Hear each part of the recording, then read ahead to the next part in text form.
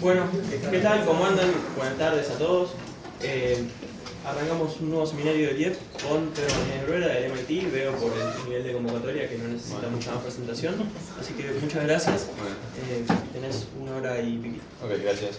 Bueno, muchas gracias Juanca por la organización y Juaco también. Muchísimas gracias. Yo voy a presentar lo que en teoría va a ser mi Job Market Paper, que no sé bien cómo traducirlo, sería algo así como hawkish tab, es decir, como alguien que no le importa la inflación, que pretende que le importa mucho, o dovish hawk, que sería al revés. Y la pregunta que voy a estar estudiando en este proyecto es cómo tendríamos que diseñar la política monetaria si nos importa, si internalizamos el hecho de que el sector privado está cambiando la percepción del Banco Central a partir de las acciones de la autoridad monetaria. Este paper lo coautorié con Tommy y con Alex, son dos compañeros míos de MIT. Tommy también es de Argentina, fue compañero mío de la maestría, Alex es de Perú, así que tenemos como experiencia en países con alta inflación. Entonces, toda la motivación que yo intento tener en este paper es intentar estudiar lo que es la pregunta de la reputación del Banco Central desde una perspectiva distinta. ¿En qué sentido? Yo creo que esta ecuación, que es el dual mandate del Banco Central, es decir, un mandato sobre estabilidad del output gap o de la inflación, creo que puede resumir bastante bien la literatura. La visión tradicional es que la reputación del Banco Central es un problema de commitment, de compromiso. Perdón si hablo en Spanglish, muchos términos están en inglés. ¿En qué sentido? La reputación para la gran parte de la literatura tradicional es un problema de inconsistencia intertemporal, ya sea porque haya dominancia fiscal o porque la autoridad monetaria quiera expandir el producto por encima del PBI natural. Esto genera un sesgo inflacionario en la economía y dificulta mucho poder bajar la inflación. Eso podemos pensar que sería el problema de Argentina. Todos estos concerns son acerca de la inflación en el largo plazo. En el largo plazo el Banco Central va a ceder ante la autoridad monetaria, va a querer expandir la economía por encima del producto natural y esto va a generar inflación y por consiguiente, como la gente es forward looking, va a afectar la inflación hoy. Ahora, en este proyecto vamos a estudiar un canal distinto. Si nos remontamos al dual mandate del Banco Central, no estamos pensando en que el Banco Central quiere expandir el producto, estamos pensando en un canal distinto, que es que el sector privado no sabe o está preocupado de qué tanto prioriza el Banco Central la estabilidad de la inflación relativo a la estabilidad del producto. Entonces, en este caso, no va a haber una tentación para que haya dominancia fiscal o para inflar la economía por encima de las expectativas del sector privado. Me voy a abstraer de todo eso y me voy a preocupar voy a estudiar en particular cómo la percepción del sector privado acerca de qué tanto prioriza el Banco Central la estabilidad de la inflación afecta el diseño de política óptima. Entonces, ¿cuál es el mensaje clave que quiero transmitir acá? Es que incertidumbre o que la percepción del sector privado acerca de qué tanto prioriza el Banco Central la estabilidad de la inflación, que lo voy a llamar lambda, por la letra griega lambda, afecta las expectativas de corto plazo en el siguiente sentido. Si el sector privado piensa que el lambda del Banco Central es altísimo, entonces las expectativas de inflación van a reaccionar muy poco a los shocks, que eso es un fenómeno que nosotros conocemos como que estén ancladas, es decir, son poco sensibles a los shocks. Y viceversa, si piensan que es muy bajo, piensan que el Banco Central es muy acomodaticio, entonces las expectativas de inflación van a reaccionar mucho a shocks. Pero esto siempre es una cuestión por interacciones, siempre es qué va a hacer el Banco Central o cómo va a estabilizar, es independiente de cosas que sucedan en el largo plazo. Entonces, en este paper voy a definir la reputación del Banco Central como la creencia del sector privado acerca de este lambda del Banco Central. Voy a caracterizar la política óptima, que es el Banco Central va a sobre reaccionar comparado a un contrafactual donde no esté internalizando que la percepción del sector privado esté cambiando a partir de sus acciones. Sobre reaccionar en el sentido de que va a subir o bajar más la tasa, la va a mover más violentamente. Y por último, voy a mostrarles cómo podemos de alguna forma, usando data de surveys de Estados Unidos, medir esto en la data y mostrar cómo responde o no responde a ciertos shocks, ¿sí? Y por último, lo tengo pendiente, hacer un ejercicio cuantitativo de qué tan relevante es este canal. Para ubicarme en la literatura, hay un montón de literatura acerca de el diseño de política monetaria óptima y la reputación del Banco Central, empezando por Keaton y Prescott, Barro y Gordon. El Banco Central le gustaría comprometerse a una inflación más baja, pero si eso no es un equilibrio, porque ahora el Banco Central va a querer subirla. Yo me voy a abstraer de todo eso y me voy a concentrar en un Banco Central que no tiene esos incentivos y donde el sector privado no conoce este lambda del Banco Central, ¿sí? Y por otro lado, en la parte empírica, contribuye una literatura acerca de la percepción del sector privado acerca del Banco Central, como este paper de Bauer y coautores, este paper de Bucola, o de Hamilton, que lo que ellos hacen es intentar estimar una percepción del sector privado de un coeficiente de la regla de Taylor, que supongamos que el Banco Central está siguiendo.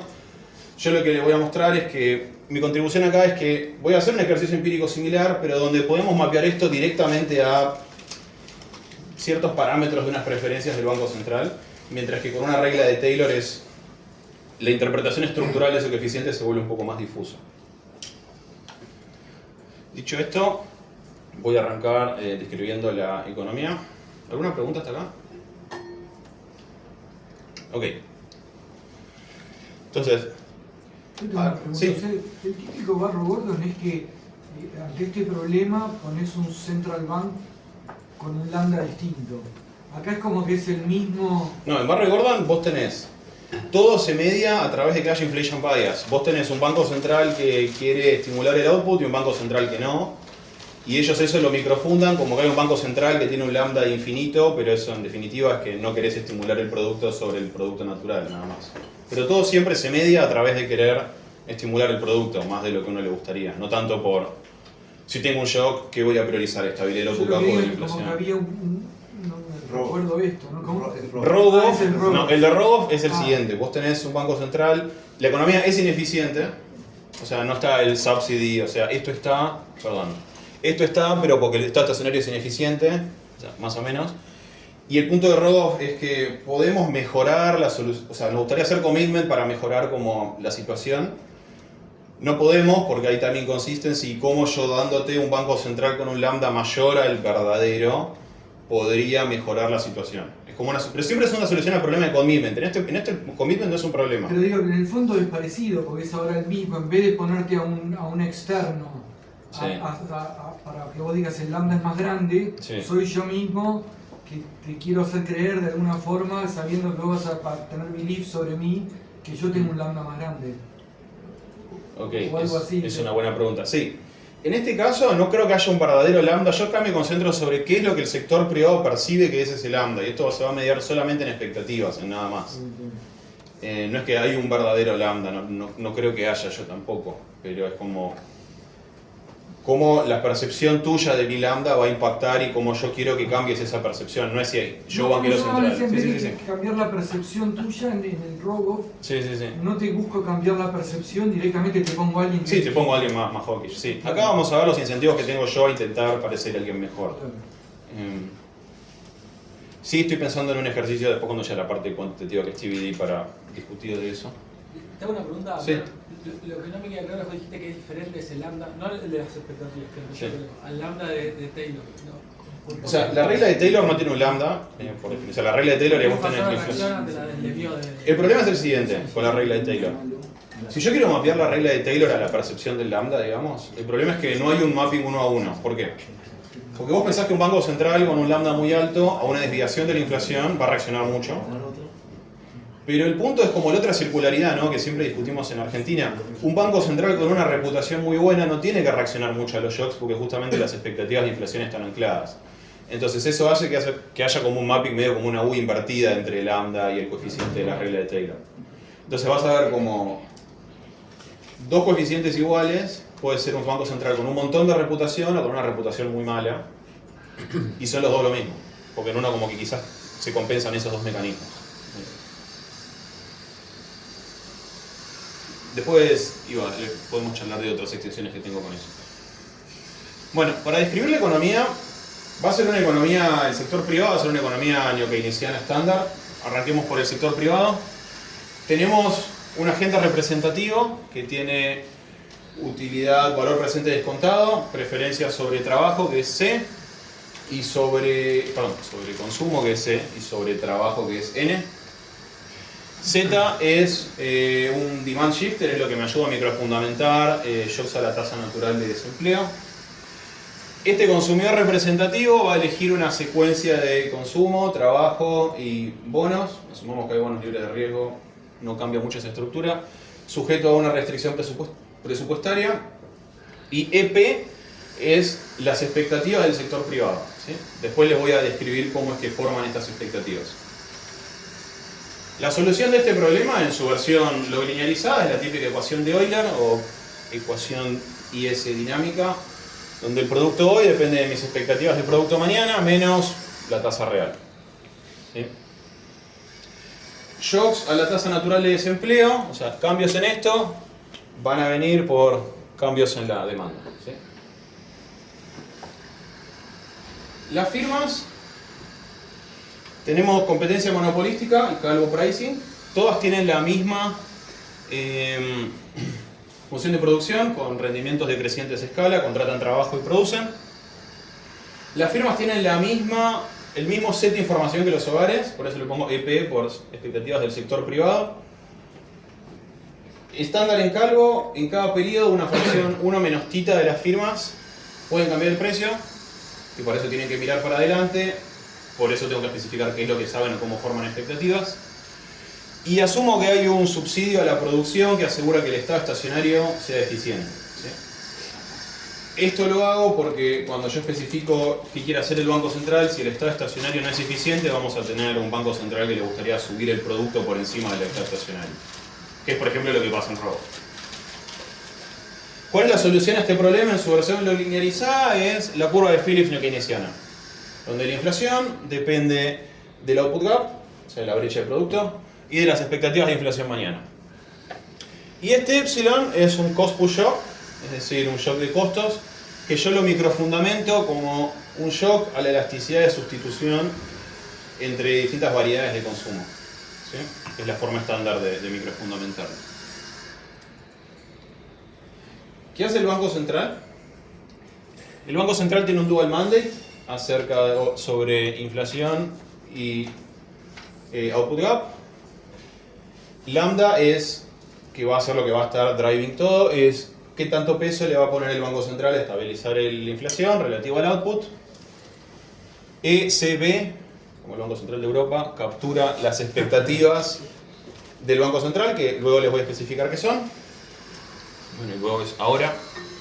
El Banco Central, a la hora de decidir, ellos al principio del periodo van a observar todos los cost push shocks, es decir, el cost push shock hoy y todos los forecasts de lo que pase en el futuro, y no van a poder observar perfectamente la tasa natural, sino que van a forecastear la tasa natural, reciben un forecast, y ellos van a anunciar la tasa de interés antes de la realización de la tasa natural. ¿Por qué hago esto? Esto lo hago para evitar que la inflación sea una señal perfecta del lambda del Banco Central. Porque si lo observáramos perfectamente, cualquier acción yo puedo invertir el modelo y recuperar el lambda, si fuera el sector privado para hacer inferencia. Esto simplemente es una forma de que haya cierta fricción entre que el sector privado con lo que observa es una señal ruidosa de las preferencias del Banco Central. ¿Sí? Pero dijiste que el Banco Central observa el cost push shock de hoy y del futuro. Claro, o sea, a lo que voy, cost push shock es como el de hoy y después como cuánto espero hoy que sea el de mañana, cuánto espero hoy que sea el de pasado. Si fuera tipo una luna es como ETF por robo, claro, pero yo lo sirvo súper general.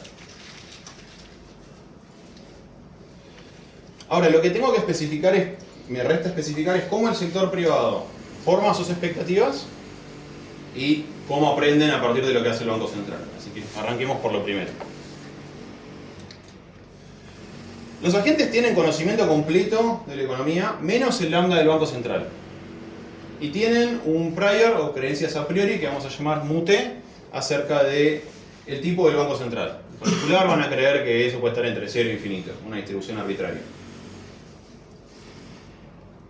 Ahora, ellos para poder hacer su forecast necesitan como cerrar el modelo en su cabeza, porque yo acá les marqué que tengo la curva de Phillips, la curva IS, me queda una. ¿Qué hace en su cabeza la política monetaria, la autoridad monetaria?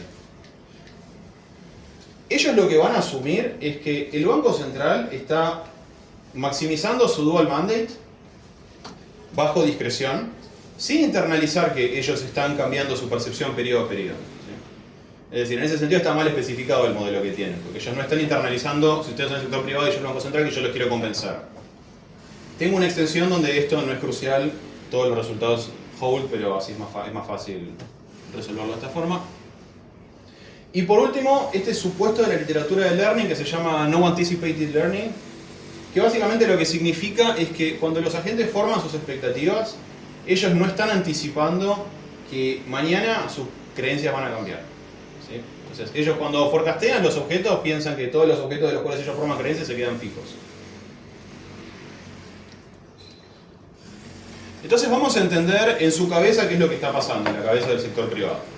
En la cabeza del sector privado, el Banco Central, que lo vamos a llamar un Banco Central miope o myopic, está resolviendo este problema. Esta es la condición de primer orden bajo discreción, porque cuando tenemos un cost push shock, lo que hace el Banco Central es hace un trade-off entre un poco de inflación y la bajamos con un poco de recesión, y la curva de Phillips. Entonces, veamos el caso más simple. Si tuviéramos shocks que son AID, entonces las expectativas son 0, lo que va a implementar el Banco Central es un poco de inflación, este Banco Central miope, un poco de inflación, un poco de recesión. ¿Qué tanta inflación hagamos y qué tanta recesión haga? Va a depender del lambda del Banco Central. ¿Sí?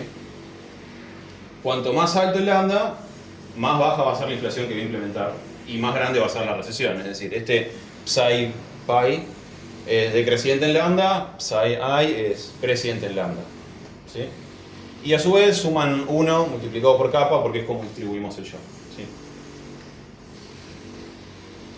¿Eso qué significa? Que si los agentes hoy tuvieran que esperar qué inflación ellos esperan hoy, lo único que hacemos es a esta ecuación le tomamos la esperanza con las creencias del sector privado. ¿Sí? Entonces, ¿qué es lo que esperan que pase hoy? Bueno, va a depender de las creencias que ellos tengan sobre lambda, que va a determinar este valor y este valor por consiguiente. Y lo que yo le voy a llamar la reputación del Banco Central va a ser las creencias que tiene el sector privado sobre este objeto, es decir, esto. Entonces, cuanto más bajo, significa que el Banco Central tiene mejor reputación, porque toda la masa de las creencias está más por sobre, shifted por sobre lambdas más altos. Y si es más alto, quiere decir que toda la masa esta de distribución está más sobre lambdas más bajos. Entonces, cuanto más bajo este valor, vamos a decir que la reputación es mejor. ¿Sí? Y este supuesto que yo les dije de No Anticipated Learning es que cuando ellos hagan su forecast, ellos van a tratar esta reputación como algo fijo, no como algo que cambie en el tiempo. ¿Sí? Sí. ¿Puedes volver atrás una? En algún lado de acá yo tengo que poder ver como la precisión de la señal que... Perdona, Fran lo cito, de hecho. Fran está acá. No te cité, pero no te mencioné. Este es Fran, este es él. O sea, no este. No tiene cara de costadi, no. Pero bueno. No, ahí estamos. Sí. No, en algún lado de acá todo esto de que yo no vea perfectamente lo que el profesor está pensando, tiene que aparecer ahí. ¿Me explico? O sea, si la señal es perfecta, vos decías... Ok, sí, lo tengo que poner acá por ahora. Estoy diciendo las creencias. Sí, lo podés hacer reemplazando como acá con los valores que elegiría el Banco Central, como qué es lo que esperan que haga el Banco Central. Porque en definitiva esto es como con información perfecta. Ahora, esto no pasa con información perfecta porque no hay. Entonces esto de repente es qué es lo que esperan que quiera hacer el Banco Central. Y si en principio pensamos que el Banco Central no la va a pifiar en su diagnóstico de la demanda, esto es igual a lo que esperamos de inflación y output gap. Pero sí creo que tendría que pulir un poco mejor esta slide. Pero sí, gracias. No pones la varianza del epsilon, es otra cosa. No, es otra cosa, sí. Okay, no, claro. Pero sí, creo que la tengo que corregir para que sea un poquito más clara. Ese puede estar bueno para mostrarlo ahí como que... Sí. Sí, lo voy a hacer. Como colapsa... Que es esto. Porque después la realizada, sí, va a ser esto más el forecast error del Banco Central. Correcto. Sí. Ahora, ¿qué pasa si tenemos una estructura bien general de shocks? Es decir, una puede ser el AR1, como dijo Joaco. Entonces, esto sería RO por el shock hoy, pero dejémoslo bien general para decir, ok, bueno, se viene una guerra, va a subir el precio del petróleo en 6 meses. ¿Okay? Bueno, en ese caso, lo que esperan que haga es que el Banco Central estabilice estos shocks, pero ahora que estabilice como este shock compuesto X, que no es más que un valor presente descontado del shock hoy y todos los shocks en el futuro. Ahora fíjense, y esto lo vamos a discutir luego, que qué tanto yo pondero los shocks en el futuro para mis decisiones hoy, o los pondero el sector privado, va a depender de la reputación del Banco Central. En particular, cuanto más mejor su reputación, el discounting va a ser más grande, o sea, esto va a ser más chiquito. Y si queremos pensar en cómo ellos hacen su forecast de inflación, simplemente corremos esto acá periodos para adelante y nos queda el forecast de X en T más K. ¿Sí? Entonces, esta van a ser la forma en la que el Banco Central el sector privado hace su forecast, ¿sí? En su cabeza. Esto es como ellos cierran el modelo. Dado las creencias hoy. Ahora lo que les tengo que mostrar es, ok, ¿cómo evoluciona esto en el tiempo? Y para eso lo hacen de la siguiente forma. Recuerden que la inflación, como está este forecast error del Banco Central, no es una señal perfecta de lo que dice el Banco Central, es una señal ruidosa, en el sentido de que la inflación va a depender de lo que sea que haya querido hacer el Banco Central, que lo llamamos psi tilde, más el forecast error del Banco Central. ¿Sí? Entonces, desde la perspectiva del sector privado, si observamos esta inflación y pensamos que el Banco Central es de un tipo lambda, el forecast error que tiene que haber sucedido es eta de lambda. ¿Sí? Y recuerden que lo que está pensando el sector privado que está haciendo el Banco Central es que está haciendo miope. ¿Sí? O sea, esto serían estas soluciones acá. ¿Sí? Y esto es todo lo que necesitamos para construir la likelihood de cómo ellos aprenden. ¿Sí? Porque entonces podemos hacer un poco de álgebra y decir, ok, un banco central de tipo lambda, el forecast error que se necesitó es este, y dada una distribución para esto, tenemos cómo evolucionan sus creencias. ¿Sí? Son bayesianos para aprender. Lo único que estoy formalizando acá es que la inflación hoy, que va a depender de lo que haga el verdadero Banco Central, es una señal ruidosa y de alguna forma revela algo, pero no perfectamente. ¿Sí? ¿Alguna pregunta hasta acá? ¿Qué es lo que le falta al sector privado para en este... No sabe cuál era el forecast del Banco Central. O sea, el sector privado no sabe... Perdón. El sector privado ve esto, no sabe esto. Y es eso lo que le falta para poder reinvertir todo, exactamente.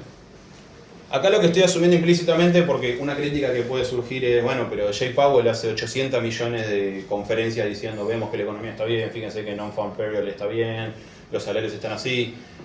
Pero eso puede ser todo chip talk, simplemente para hacerte creer a vos que soy otra cosa. Entonces yo me quiero abstraer de eso, decir lo que eso es todo chip talk, nadie le da bola, solo miran las acciones.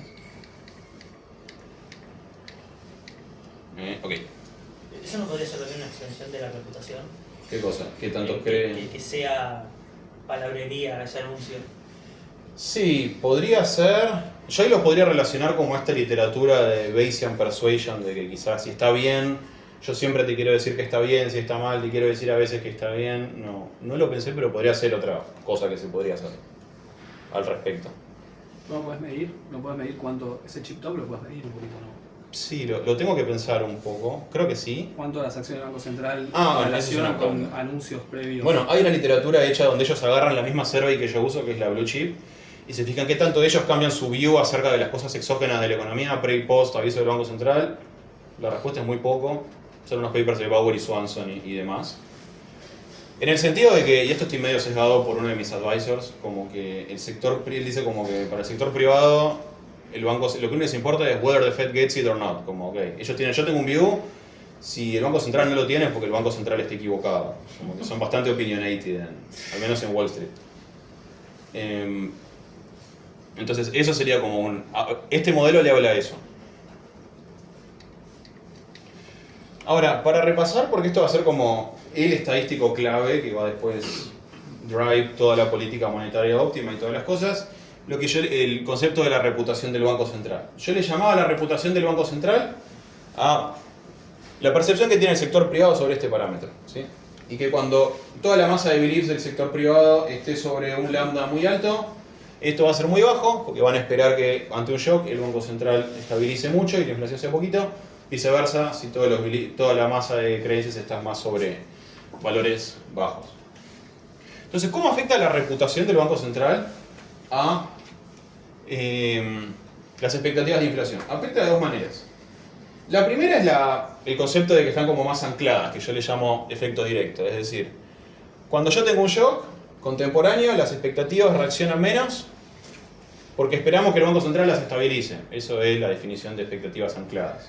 Una de las definiciones. Ahora, el efecto indirecto que tenemos es que ahora todos los shocks en el futuro los descontamos a una tasa más alta, ¿no? Si más bajo es, y más alta.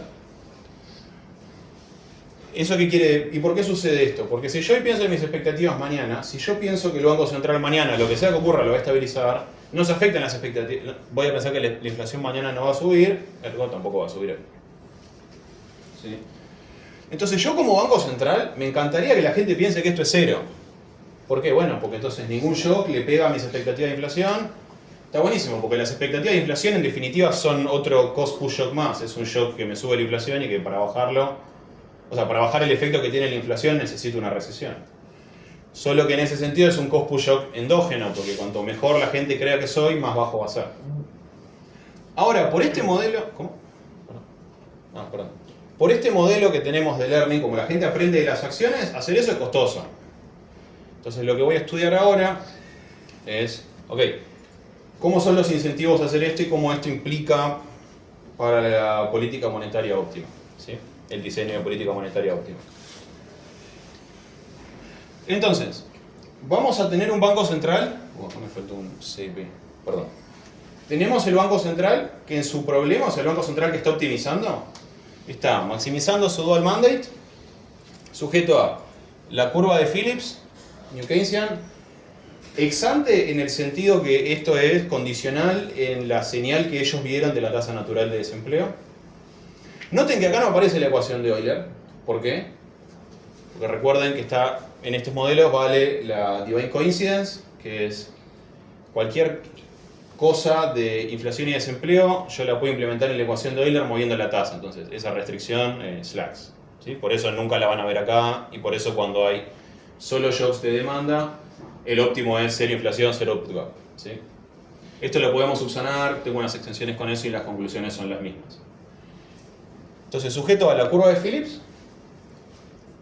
sujeto a cómo el sector privado forma expectativas, que recuerden, ellos agarran este shock y lo multiplican por la reputación del Banco Central. Y por último, sujeto a cómo el sector privado aprende, que yo les dije que tiene sus creencias, que las actualiza, iba a decir updatea, perdón, usando Bayesian updating, ¿cómo se llama? Actualización bayesiana. ¿No? La regla de Bayes. La regla de Bayes, sí, más fácil. Entonces, ¿cuáles son las implicancias para el diseño de política óptima de esto?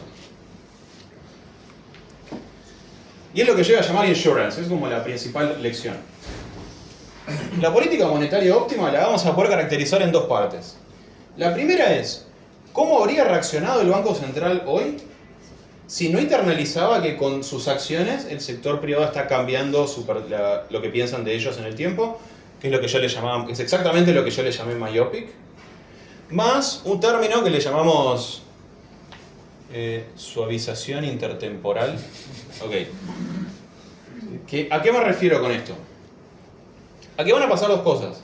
Por un lado, el Banco Central sabe que mañana van a haber shocks. Esos shocks van a inducir volatilidad. Tanto si son contemporáneos como si son persistentes. Entonces, una forma que tiene el Banco Central de reducir el impacto que tienen esos shocks en output gap e inflación es mejorando su reputación. ¿Sí? Por eso tenemos esto, que esto es cómo cambian las expectativas de inflación con lo que aprenden ellos hoy.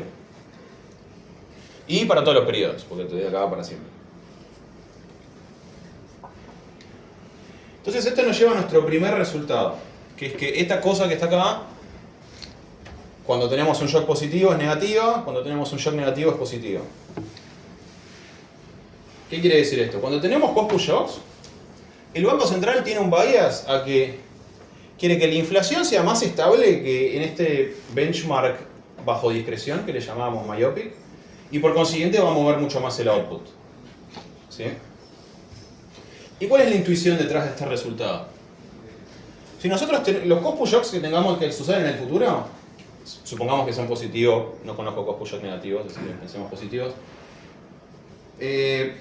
necesitan de una reacción que va a ser una recesión en el futuro. El Banco Central se puede asegurar ante esta volatilidad del producto, porque no le gusta la volatilidad. ¿Cómo?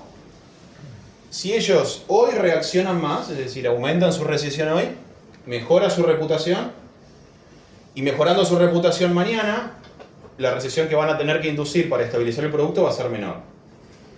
Entonces funciona al revés que el commitment estándar de la literatura, porque en commitment estándar nosotros tenemos un shock hoy, y yo te prometo un sendero muy suave para repartirme la recesión en muchos periodos. Esto es al revés. Yo veo shocks en el futuro o anticipo que hay, entonces reacciono más hoy para que mañana ese impacto sea menor. ¿Sí? O sea, Peter, esto Sí. es como un mundo donde todos los privados como que siempre subestiman al Banco Central. Y Subo o sobre, no, depende. No, creen que es muy dovish y el Central tiene que hacer algo muy hawk para mostrar, ¿es así o te estoy entendiendo bien? Porque acá el benchmark es vos mismo, independiente de lo que ellos piensan. Esto es con vos en dos situaciones. Si internalizás que aprenden y si no internalizás que aprenden. Este es tu counterfactual, es con vos. Después vamos a ver qué pasa con respecto a lo que piensa el mercado. Para eso tendría que haber sido un poquito más claro. Este counterfactual, o sea, el benchmark es yo si internalizo o no internalizo que la gente aprende. ¿Sí? Perdón, sí. Sí. Cuando decís deeper recession, o sea, el Banco Central tampoco no hace una comparación entre Sí. how deep tiene que ser la recesión, porque yo podría decir, como indujo una recesión más de lo que necesitaría, pero cuando la recesión no es muy importante, Sí. porque puede tener un costo muy importante y por ahí la recesión del futuro no es tan importante, ¿entendés? Como, Ya entendí. no está Sí. weighteado por la magnitud de los shocks, eso no debería estar. Sí. Esto, de hecho, te lo voy a mostrar en 6 slides. Esto depende del tamaño de los shocks. Okay. En particular, lo que yo le llamo como good times y bad times. Pero sí, si yo tengo hoy un shock que es cero persistente y me hizo mierda, tipo el COVID, y no voy a reaccionar porque priorizo que no se vaya toda la mierda hoy. Mientras que si tengo como shocks chiquititos, sí, imprimo un poco el otro. Pero siempre quiero sobre reaccionar, o sea, esto nunca se da vuelta. Como mucho puede ser igual. Y eso lo vemos acá. Acá ploteé las policy functions, es decir, qué quiere hacer el Banco Central en cuanto a output gap y qué quiere hacer en cuanto a inflación, ante un cost push shock, que eso está en el eje X. Miremos este plot primero. La línea punteada naranja es qué hace el Banco Central si no internaliza que la gente aprende, lo que le llamamos myopic, esa es esta línea de acá. La línea azul es la política óptima, que acá está induciendo una recesión más grande, porque está internalizando que comparado a este tipo, si yo hoy quiero ser más recesivo porque me importa que mañana asegurarme contra estos shocks. La contrapartida de eso, por la curva de Phillips, es que la inflación que queremos inducir es más bajita. ¿Sí? Obviamente esto es más chiquito porque si la curva de Phillips es flat, esto va a ser más chico. Y si yo acá les pusiera un plot de la tasa de interés, lo que implica es que, y será como la línea punteada naranja y la azul tiene mucha más pendiente. ¿Sí? Es decir, queremos mover mucho más la tasa. Ahora, ¿cómo depende esto de la reputación del Banco Central? Un poco relacionado a lo que vos me decías. Bueno, esta sobrereacción, es decir, lo que ahora les voy a plotear es esta diferencia, va a depender de la reputación del Banco Central. Ahora, ¿cuándo queremos sobrereaccionar mucho? Bueno, queremos sobrereaccionar mucho cuando las expectativas de inflación sean muy sensibles a mis acciones. ¿Sí? ¿Y eso cuándo es? Bueno, en este Banco Central, piensen que es como el análogo continuo a si teníamos como dos tipos, uno con algo 0 y uno con algo 1. ¿Sí? Entonces, yo voy a querer sobrereaccionar un montón cuando esto esté como medio en el medio. Si está muy en las puntas, el problema que pasa es que es muy difícil, si soy muy bueno, hacerte creer que soy malísimo, o si soy malísimo, hacerte creer que soy muy bueno. Entonces eso reduce esos incentivos, porque las creencias no son tan sensibles ahí. Y eso nos lleva a esta proposición. La sobrereacción del Banco Central, para el output gap, es creciente cuando la reputación es muy buena y decreciente cuando la reputación es muy mala. ¿Sí? Y eso lo podemos ver acá. En este plot yo tengo la sobrereacción del Banco Central ante un shock positivo Por eso es como que esto es negativo, una recesión más grande. Y en el eje X tengo la reputación del Banco Central. Y fíjense esta forma de U invertida, ¿sí? A medida que mi reputación es mala, quiero sobre reaccionar más, ahora llega un punto que es tan mala que es como, bueno, ya fue. Podemos decir Vanoli y... Bueno, ya fue, ¿no? Ya fue todo, no puedo hacer nada. Y me voy para acá, ¿sí? Pero mala acá lo estás poniendo como dovish. Dovish, sí. Porque acordate que vos como Banco Central... El lambda, ¿no? Sí, siempre te encantaría que la gente crea esto, o sea... En términos de welfare a vos siempre te encantaría que pase esto. Pasa que eso cuesta, porque siempre tenés que mandar señales. Y ahora está relacionado a lo que Trombe me preguntó, ok, pero acá, hasta ahora acá siempre les estuve hablando de la reacción del Banco Central frente a él mismo si no internaliza. Ahora lo que mucha gente te pregunta es, bueno, ok, pero es la reacción del Banco Central frente a lo que el sector privado espera, ¿sí? Y eso nos lleva a lo siguiente. ¿Cómo reacciona el Banco Central respecto a lo que el sector privado espera? O sea, el sector privado ve todo esto y se forma una expectativa de qué va a pasar con la tasa. Si el Banco Central sube más la tasa de lo que esperaban, va a haber una sorpresa de política monetaria positiva. Si la subió menos o la movió menos, es una sorpresa negativa, ¿sí? Y lo que nos muestra esta proposición es que nos formaliza la idea de que cuando la reputación es no es muy buena, el Banco Central quiere sorprender positivamente al sector privado, es decir, va a reaccionar más de lo que el sector privado espera. Y cuando la reputación ya es muy buena, es como que la va a usar, ¿sí? Y va a dejar que se deteriore, entonces va a subreaccionar. El sector privado va a ir aprendiendo. Está aprendiendo, sí, va a sí, ir sí. aprendiendo, con lo cual si veo que sobre reaccionaste, Voy a... aumentó la reputación. Exacto, o sea, tu reputación mejora, si subreaccionaste, empeora. Va a ir cíclico. O sea, es como que vos tenés un target y se va a mover por los shocks que haya, pero si no en el largo plazo eso puede converger a un punto, que es más chico que tu verdadero tipo. Eso puede converger. A que la Si no hay shocks, sí. A que la expectativa y la reacción del Banco Central coincidan. No. De hecho, mira, este threshold, que igual va a depender de los shocks, es menor al verdadero parámetro del Banco Central, ¿sí? Esto lo tengo que escribir un poco mejor, gracias. ¿Por qué es menor? Bueno, porque supongamos que está justo en el medio, si yo me quiero asegurar un poco, ya voy a sobrereaccionar respecto al que no internaliza, que era lo que esperaba el sector privado. Entonces eso me tira para abajo. O sea, siempre el Banco Central quiere hacer creer al sector privado que es un poco mejor de lo que es. La pregunta es, si el Banco Central cree, el tema es, si el Banco Central cree que sos mucho mejor de lo que sos, bueno, voy a subreaccionar porque ya mi reputación era demasiado buena y es muy costoso mantener eso. ¿Sí? Y acá tenemos un plot donde ploteamos en este plot la sorpresa de política monetaria como una función de la reputación, más o menos por acá está el 0, de hecho esto se me desactualizó. Y la línea vertical punteada es como el verdadero tipo del Banco Central. Entonces fíjense que para un montón de tipos va a querer mejorar su reputación y llega a un punto donde ya no. ¿Sí? Sí. Yo tengo una duda sobre las creencias, porque me parece como que escucho hablar del valor promedio, pero la dispersión de las creencias va contrayéndose a medida que pasa el tiempo. Ah, sí, bueno, eso no lo puse acá. ¿Cómo cambia? ¿Cómo afecta eso? Ok, eso no lo puse acá. La forma funcional que yo hice para el learning es un signal extraction problem, o sea, medio chanfleado, pero sí. Entonces lo que me está diciendo es que la precisión está subiendo en el tiempo, eso después se hace 0. Acá en el paper lo que microfundamentamos es que ellos creen como que el lambda está cambiando para que la precisión sea constante. Porque si no lo que pasaría es como que, para tener como algo más parecido como a un timeless perspective. Porque si no es como que todo lo que hizo Volcker ya está y lo que hago bien importa, pero vemos que esas cosas siguen siendo sensibles. Hay muchas formas de microfundamentar eso, podemos decir que está X cantidad de periodos y se resetea o algo así. Nosotros decimos, bueno, la precisión es constante y ya. ¿Sí? Pero es un buen detalle, gracias. Ahora, el análogo a esto es, ok, ¿qué pasa con la reputación? Bueno, acá lo que les puedo mostrar es que hay un threshold a partir del cual, si mi reputación es mejor que ese threshold, voy a dejar que se deteriore. Si es peor, voy a querer que mejore.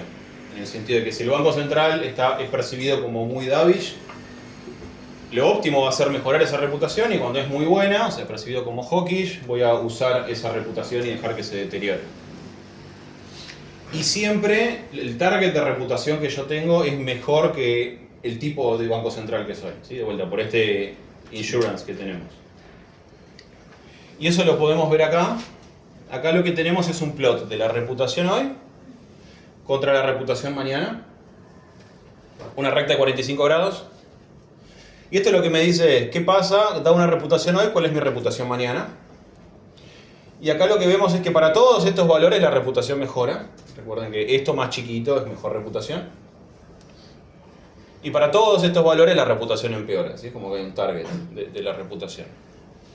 Y la línea negra punteada es el verdadero tipo del Banco Central y es para mostrarles que el Banco Central lo que quiere hacer es siempre que piensen que es un poco mejor de lo que en realidad es. ¿Sí? Ahora, contestando a tu pregunta del tamaño de los shocks. Asumamos, por simplicidad, que los shocks son un Aruna. Entonces la pregunta es, ¿cómo depende esta sobrereacción del tamaño de los shocks? Porque también está esta pregunta en el ámbito de policy. En COVID se vio mucho de, ok, el Banco Central tiene que mejorar su reputación en good times para después cuando es mala, la usamos. O hay otros momentos que es, ok, la reputación es malísima, para un shock gigante es momento que el Banco Central muestre que está hecho y mande una señal muy fuerte. Eso estuvo muy presente en la discusión en 2022. Entonces, supongamos que tenemos un shock positivo y sube ese tamaño del shock. Tenemos dos efectos. Por un lado, un shock positivo hoy también me sube lo que yo pienso que va a pasar con los shocks en el futuro. Entonces, nos estamos anticipando una recesión más grande, a una recesión en el futuro, y eso aumenta los incentivos a mejorar la reputación. ¿Sí? Porque tenemos una recesión muy grande mañana, entonces si yo mejoro mi reputación hoy, el impacto mañana va a ser menor. Y por otro lado, el shock afecta qué tan informativa es la inflación acerca del tipo del Banco Central. Y acá está lo que yo llamo como good times y bad times. En good times, cuando los shocks son chiquititos, cuando el shock es más grande, la inflación se vuelve más informativa acerca del tipo del Banco Central. Es decir, piense que ahora el shock es tal que las expectativas de inflación suben de 2 a 3. Bueno, si yo hago 1,5 o hago 4,5, eso es muy informativo del Banco Central, en valores absolutos. Ahora, cuando tenemos un shock gigante, si la gente está esperando 20%, porque hubo guerra bloquearon el estrecho de Hormuz y ahora no pasa más petróleo, bueno, ni siquiera sé si pasa por ahí, pero bueno, supongamos que pasa por ahí. La gente espera 20%, no es lo mismo que haya 21 o 19, como bueno, quizás es más que nada ruido, no es tanto lo que efectivamente quiso hacer el Banco Central. Entonces, con shocks grandes, cuando el shock crece, la informatividad de la señal se vuelve menor. Entonces, ¿qué es lo que sucede? Cuando los shocks son chiquititos, este efecto, los dos efectos van en la misma dirección. Entonces, la informatividad de la señal, la sobrereacción sube con el tamaño del shock. ¿Sí? Ahora, cuando son grandes, estos dos efectos van a ser contrapuestos y no sabemos cuál es más grande. Lo que sí sabemos es que si esto no cambia mucho, supongamos en el límite de 0, solo importa esto. Entonces ahí la sobrereacción va a caer con el tamaño del shock. Que eso es lo que escribo acá. Supongamos que los shocks no son nada persistentes, ¿sí? O son muy poquito persistentes. Entonces hay un threshold a partir del cual la sobrereacción cae cuando el shock el tamaño del shock es más grande que ese threshold, ¿sí? ¿Alguna pregunta hasta acá? Bien. De algún modo, vamos aproximando tripartito, donde le vamos a dar valor a producto, inflación y reputación, ¿no? Bueno, eso estoy pensando hacerlo como extensión cuantitativa. Un poco relacionado a lo que dijo Juan Caberrogos de ¿qué pasa si yo a un banco central con discretion le agrego como un mandato de reputación o algo así? ¿Qué tanto puedo mejorar? Pero sí, sería algo así. Pero Sí. Porque si lo haces así de una forma completa, tendrías que ponerle algún peso que no te hizo falta por cómo lo analizaste. Sí. Pero en este escenario donde tenés más varianza, Sí. y ya la sobrereacción o no es tan informativa, sería como que cae ese peso endógeno de cuánto valora la reputación. Estoy pensando. Pasa que, ¿cuánto lo valoran? Todo esto va a depender de dónde está parada la reputación hoy, ¿no? Supongamos que está como alineada en mi target de largo plazo, o sea, donde se cruzan. Medio que son dos cosas ortogonales. Estoy pensando un poco más. Sí, creo que el weight debería cambiar si agregamos algo, es verdad. Porque... Lo que estoy pensando es, ¿puedo ver dos? ¿Acá? Acá, no, una más adelante. Ahí. Esto estamos hablando de bad times. Sí. Hay varianza. Ya no es informativo. Sí. ¿Por qué voy a valorar la reputación si la reputación deja de ser informativa porque los shocks son más volátiles? O sea, la reputación igual afecta... Suscribo a lo dual. O sea, la reputación afecta porque igual va a afectar el pass-through de los shocks a las expectativas de inflación. Eso es hoy. El punto es, entre hoy y mañana, ¿qué tan sensibles son las de mañana a lo que haga hoy? Y ahí van a ser poco sensibles. Quizás quiero hacer mucho porque anticipo una recesión gigante. Ahora supongamos que esto no existe o es muy chiquitito. Sí, lo tengo que pensar un poco mejor. Pero... O sea, algo de lo que estoy trabajando es si yo agarro este modelo y me lo tomo muy en serio y hago como la aproximación de segundo orden del welfare, ¿me aparece la reputación en algún lado o no? No sé la respuesta todavía. Puede ser que aparezca la reputación como una forma de volatilidad, pero probablemente también aparezca en un nivel, porque idealmente a mí me gustaría que eso sea lo más bajo, pero no tengo la respuesta todavía. Ok. Tengo dos extensiones. ¿Cómo vengo de tiempo? Son dos. O sea, me queda media hora. 15 minutos. 15 minutos me quedan. No, Media hora, gracias. Bueno, tengo dos extensiones de FP muy rápido, así después llego a cubrir la parte empírica. Este modelo es solo para cost push shocks. Uno puede argumentar, son muy poco frecuentes, la mayoría de las fluctuaciones son por demanda. Bueno, en mi modelo no aparecen porque vale la divine coincidence. Podemos enmendarlo muy fácil. La forma de enmendarlo es, ok, si asumimos que vale la divine coincidence, cuantitativamente la tasa tiene que hacer así. Y no hace así en los datos, hace así. Entonces, una forma de hacerlo es poner una penalización. Uy, me comí un cuadrado acá, olvídense de esto. Poner una penalización de que el Banco Central no quiere mover mucho la tasa, ¿sí? Entonces ahora, lo que más va a importar a la hora de estabilizar shocks de demanda es qué cree el sector privado que pasa acá. En particular, a nosotros nos gustaría que el sector privado crea que este valor es muy chiquitito, porque entonces cualquier shock de demanda yo voy a mover la tasa un montón y lo voy a estabilizar. ¿Eso Sí. está penalizando la tasa nominal alta o la variación? La variación. También podemos hacerlo como la varianza de la tasa, ¿no? También podemos hacerlo como esto por temas S-1. Es isomórfico. Sí, le llama como preferencia porque haya gradualismo. No es gradualismo en sí, pero Woodford dice eso, así que le hacemos caso. Todos están desvíos respecto a lo de referencia. Sí, lo haces respecto al RO. Claro. Sí. Más que alto o bajo es... Que se mueva mucho. Porque podemos argumentar que por los mercados financieros tienen como este fear factor de que no quieren que se mueva mucho la tasa. Hay muchas razones para creer que esto está. Entonces, en un modelo donde solo hay shocks de demanda y el sector privado está incierto sobre esto, las conclusiones son las mismas. El Banco Central va a sobre reaccionar a shocks de demanda en el sentido de que va a mover mucho la tasa para estabilizar el producto. Porque después la inflación todo se va a medir por la curva de Phillips, o sea, esto no importa tanto, importan estas dos cosas nomás. Y si la curva de Phillips es flat, medio que no importa mucho. Queremos sobre reaccionar un montón para que la gente crea que esto es muy bajito. Y después toda la mecánica funciona igual, de hecho, les puedo mostrar un modelo donde esto es exactamente isomórfico al otro que yo hice. Ahora, el modelo lo podemos cerrar porque hasta ahora nosotros asumimos que el sector privado no está internalizando que el Banco Central lo está queriendo convencer, ¿sí?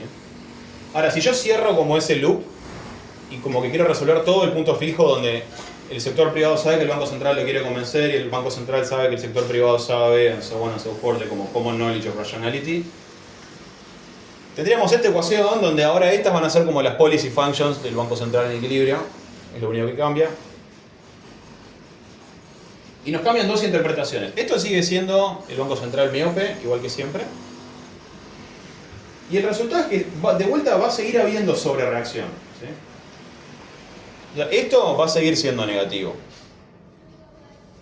Ahora, los incentivos para sobrereaccionar, de nuevo, respecto a mi yo que no internaliza este mecanismo, son más chicos. ¿Por qué? Bueno, porque si ustedes están todos de acuerdo de que mi banco, yo los estoy tratando de convencer, la inflación más baja ya no va a ser tan informativa sobre mi compromiso con la inflación baja y estable, porque todos lo quieren hacer.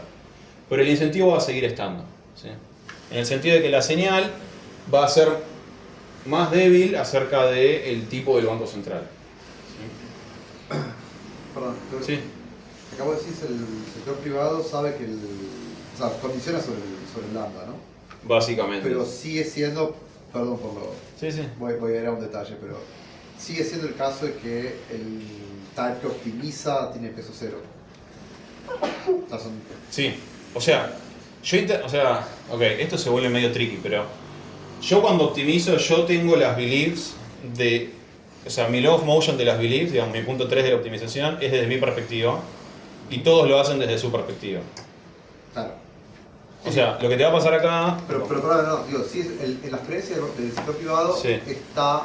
no está lo que está haciendo el type que vos resolvés, sino Sí, sí, están sí, los del textbook que tienen ciertos lambdas. No, o sea, yo acá estoy resolviendo como el que piensa el sector privado que está haciendo, como que hay un continuo de bancos centrales Okay. que todos hacen lo mismo y es como, bueno, cada uno de esos bancos centrales, ¿qué quiere hacer? No sé si es el ejercicio claro. Es como si hubieran dos types y yo resuelvo para la policy del alto y del bajo en el modelo en Y el equilibrio. alto sabe que está el bajo. Exacto. Okay. Y acá lo mismo. Entonces acá, perdón, y la otra cosa era este no anticipation. Sí. Eso sigue estando. Sigue estando, sí. Porque eso es lo que te compra que pueda hacer esto. Te compra eso te compra algo mucho más fácil, que es, perdón que me meta en los detalles, te compra esto. Esto la S, porque si no vos tenés esperanza en T de pi por esperanza en T más 1 de pi por esperanza en T más 2 de pi, es un quilombo. Y te aparecen todos los higher moments. Correcto. Cuando vos asumís, no cambia, o sea, por algo Marcetti y Sargent dicen, bueno, asumimos esto, no es porque era más difícil, o sea, era más fácil hacerlo así. No, es por esto, sí, es el no anticipation. Pero sí, sin anticipation es completamente intractable, sí. No, por eso ahí, la última. Ahí por eso esos lambdas que tenés en las derivadas a temas C son todo el mismo. Lo único que cambia es yo te voy a hacer algo hoy, actualizo la distribución de creencias y pues esa cosa sigue fija y por eso... Sí, exactamente, sí. Ahora, la segunda parte del paper es esto, ¿lo podemos ver en los datos o está presente? Entonces, desviémonos un poquito de esta economía que yo les presenté para una economía donde de repente ahora agrego un actor más que son forecasters. Agrego un montón de forecasters, digamos, todos ustedes que están afuera, a ustedes les pregunto la tasa y demás. Todos ustedes tienen las mismas creencias sobre el lambda del Banco Central, aunque esto no es importante, lo podemos levantar sin mucha dificultad. Perdón, Pedro, me perdí una parte. Estabas diciendo en la anterior qué pasa cuando todos sabemos, o sea, yo sé que el Banco Central está queriendo engañarme. ¿Y cuál es el resultado? Sigue habiendo sobrereacción, digamos. Okay. Es más chiquita que cuando no internalizan eso, pero sigue estando. Pero puedo usar menos. Sí, lo puedes explotar menos porque si ahora todos saben que nos queremos convencer, es más... Pero lo puedo seguir explotando por esto que decían de que no tenés el forecast. Claro, sí. Mismo modelo, lo único que te cambia es cómo forman las expectativas. Ellos ahora piensan que vos los querés convencer. Ahora, la reputación en los datos. ¿Cómo lo podemos ver? Agreguemos una tercera parte del modelo que es un montón de forecasters.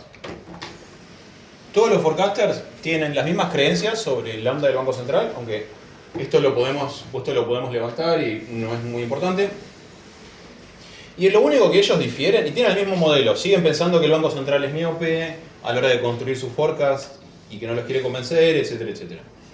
En lo único que ellos difieren, asumamos que todos ustedes son los forecasters, es en su forecast de los shocks. ¿Sí? Es decir, si yo les pregunto a ustedes cuánto va a ser el precio del petróleo en 3 meses, me van a dar todos una respuesta diferente. ¿Sí? Entonces, toda la variación en los forecasts que ustedes tengan va a venir por variaciones en cómo ustedes forecastean los shocks. ¿Está bien? Y eso es lo que a mí me va a permitir recuperar como todos ustedes tienen la misma creencia sobre el lambda del Banco Central, me va a permitir recuperar las creencias sobre el lambda. ¿Sí? Porque idealmente a mí qué ejercicio me gustaría hacer. Me gustaría tener una serie de output gap, una serie de inflación, hago algún tipo de regresión, tengo variación, digamos, en time series variation, en output gap e inflación, y con eso puedo intentar recuperar un lambda. Pero ¿cuál es el problema? Que la inflación y el output gap no van a estar variando solo por los shocks, van a estar variando porque la percepción que ustedes tienen del Banco Central está cambiando. ¿Cómo puedo yo fijar la percepción del Banco Central que tienen ustedes? Bueno, uso el cross-section. Uso un cross-section de una survey. Entonces, toda la variación ahora va a venir dada por los shocks, manteniendo fijo la reputación del Banco Central. Entonces, si yo hago una regresión en el cross-section, o sea, para T, de forecast de output gap contra forecast de inflación, la pendiente me va a identificar la reputación del Banco Central, ¿sí? O una transformación lineal de la reputación. ¿En qué sentido? Que cuanto más negativa sea, mejor va a ser la reputación del Banco Central. ¿Está bien? Piensen que cuando no hay incertidumbre, esto es simplemente capa por lambda, y cuando lambda es más grande, esto es más chico. ¿Sí? Porque quiere decir que estamos implementando una inflación muy poquito y una recesión gigante. Entonces, mejor reputación del Banco Central va a implicar un estimate de gamma 2 más negativo. ¿Sí? ¿Esto es robusto a que el sector privado piense que el Banco Central tiene commitment o que haya inercia o cosas un poco más complicadas? Yo les puedo mostrar en otras cosas que no tengo acá qué regresión hay que correr y las medidas son muy parecidas. La correlación en lo que recupero acá es muy parecida. ¿Sí? Entonces, ¿qué datos voy a usar y cómo voy a estimar? Yo voy a agarrar en cada T y voy a estimar esta regresión juntando todos los forecasts, es decir, forecasts de un cuarto para adelante, 2, 3, 4, 5 hasta 6, son la misma regresión. Porque fíjense que esto no depende del horizonte. Estoy utilizando el modelo como que es verdadero. ¿Qué fuente estoy utilizando para los datos? Estoy usando la Blue Chip Survey, que lo que ellos hacen es un panel mensual de forecasters profesionales, le preguntan a muchos bancos, aseguradoras, instituciones, forecast de un montón de variables, entre ellas inflación y el output. Luego de eso yo construyo el output gap utilizando vintages, ¿cómo se traduce? Como las publicaciones de ese momento del output en Fred. Y para el producto potencial uso la Congressional Budget Office para obtener las proyecciones para construir el output gap. Y mido todo como, y la inflación la mido como inflación año a año, que es como la comunica el Banco Central, la Fed. ¿Sí? Entonces mi estrategia va a ser estimar este parámetro separado en todos los test mensuales, entre 1992 a 2023. ¿Sí? Esta es la time series, estas son las estimaciones, hay bastante volatilidad. Y para entender qué es lo que está pasando, esto es la estimación de gamma para dos periodos del tiempo. Uno donde el gamma es como medio alto y uno donde el gamma es medio bajo. Fíjense que cuando el gamma es alto es como que hay una relación medio positiva o medio flat entre output gap e inflación. Y cuando el gamma es bajo es como que la pendiente cambia. ¿Sí? De vuelta, esto es consistente con una percepción de que el Banco Central prioriza más la inflación estable que en este caso. ¿Sí? Ahora, dado que yo tengo esta estimación del gamma, en el time series, la siguiente pregunta es, ¿de qué depende esto? ¿Cómo se mueve? Entonces lo que voy a hacer es voy a estimar una proyección local de esa estimación contra algunos shocks, llamémosle shocks de petróleo, política monetaria, un montón, y controlo por lags para sacar un poco de persistencia y mejorar la inferencia. Y uso la muestra hasta 2019 para evitar el efecto del COVID. ¿Sí? ¿Por qué? Porque COVID quizás cambia un poco las relaciones del modelo, entonces se hace mucho más difícil interpretar qué es lo que está pasando. Bueno, esto estaba acá, perdón, esta es la idea más linda. Ahora, tengo 4 resultados que les voy a mostrar, y con eso estamos. El primero es que la reputación responde a shocks de política monetaria. Recuerden que en nuestro modelo lo que habíamos, la conclusión del learning del modelo era, el sector privado observa unos shocks, tiene una percepción de qué es lo que tiene que hacer el Banco Central. Si el Banco Central hace algo distinto, el sector privado cambia su percepción del lambda. Esa diferencia o sorpresa de política monetaria en la data es exactamente los shocks de política monetaria de alta frecuencia, de Gardner y Caradi, que lo que hacen es agarran las FOMC meetings de la Fed, se fijan 30 minutos antes, 30 minutos después qué pasa con los futuros de la tasa, que es lo que el sector privado cree que va a pasar. La diferencia se puede atribuir solo a lo que pasó en esa reunión. Entonces yo hago la respuesta de mi medida de la reputación a esos shocks y veo que un shock contractivo mejora la reputación, ¿sí? Consistente con nuestro modelo. Ahora, ¿qué pasa con otros shocks? Bueno, si yo agarro un cost push shock estándar, como pueden ser shocks al precio del petróleo, que son los de alta frecuencia de Kanzig, y comparo la respuesta de un shock de política monetaria contractivo y los shocks de Kanzig, veo que estos shocks tienen un efecto muy chiquitito, casi negligible. Esto sugeriría que al menos a estos shocks el Banco Central la reputación no cambia. Pero estos shocks quizás son muy de nicho y no es lo que mejor predice qué es lo que va a pasar con la tasa. Entonces el siguiente ejercicio que hago es, yo estimo un bar, agarro los residuos de la inflación y eso justamente, si asumo que eso es una descripción completa de la economía, es un shock sorpresivo a la inflación, ¿sí? Porque es la diferencia entre lo que esperábamos que iba a pasar y lo que efectivamente pasó. Y eso podemos asumir que, al menos por la evidencia que tenemos de los bars, es una combinación lineal de un montón de cost push shocks. Entonces, si el Banco Central reacciona a algo de desviaciones de la inflación, lo tendríamos que ver acá. Y acá vemos que ese shock, que es una world innovation en términos econométricos, tampoco afecta a la reputación, ¿sí?, del Banco Central. La otra cosa que les voy a mostrar es que recuerden que en mi modelo, mejor reputación del Banco Central me ayudaba a anclar las expectativas de inflación. Anclar en el sentido que ahora el pass-through de shocks a expectativas de inflación era menor. Entonces lo que hago es que yo parto la muestra en dos. En un momento donde tenemos buena reputación, es decir, donde este valor es muy chiquito, y mala reputación, donde este valor es muy grande. Y en cada régimen por separado, estimo el pass-through de un cost push shock a las expectativas de inflación, ¿sí? Y uso los cost push shock de Kanzig. ¿Qué predice la teoría? Que este coeficiente tendría que ser más chiquito cuando la reputación es buena, ¿sí? Porque significa que las expectativas están ancladas. Y acá está. Este es el pass-through de un shock, de los shocks de Kanzig, los shocks del precio del petróleo, cuando las expectativas son malas, o cuando la reputación es mala. Y este es el pass-through cuando la reputación es buena, ¿sí? Entonces acá podemos ver que hay una diferencia. Maybe vanishes después de un tiempo, ok, fine.